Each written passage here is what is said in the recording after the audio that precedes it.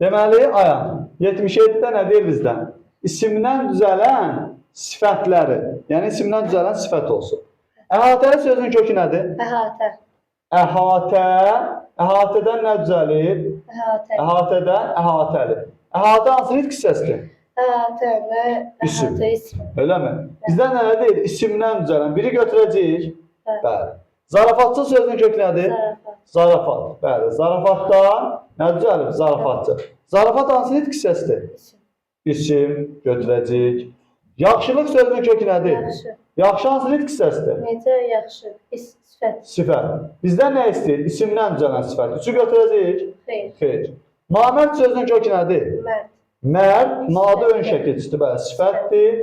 Deməli, bizdə nə istəyir? İsimdən bunu da götürmədik. Badamı sözünün kökü nədir? Badam. Badamdan, bəli, badamı, adamı, isimdən nə düzəlib? Sifət. Bunu da götürəcəyik. Gözəllik sözünün kökü? Gözəl. Gözəldir. Gözəl sifətindən gözəllik sifəti. Cavabımız olacaq nə? 1, 2, 5. Yaxşı, Ayhan, sənə bir sual verib. Əlamət nədir, keyfiyyət nədir? Əlamət bildirən sifət nədir? Əlamət zahiri görünür, keyfiyyəti isə daxili görünür.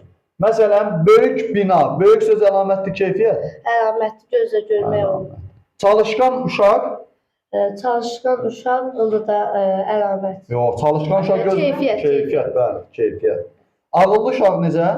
Ağıllı uşaq, o da mənim Keyfiyyətdir, bəli. Çünki görəndə, yəni uşağı görəndə gözlə görünəndə ağıllı olduğunu görürük.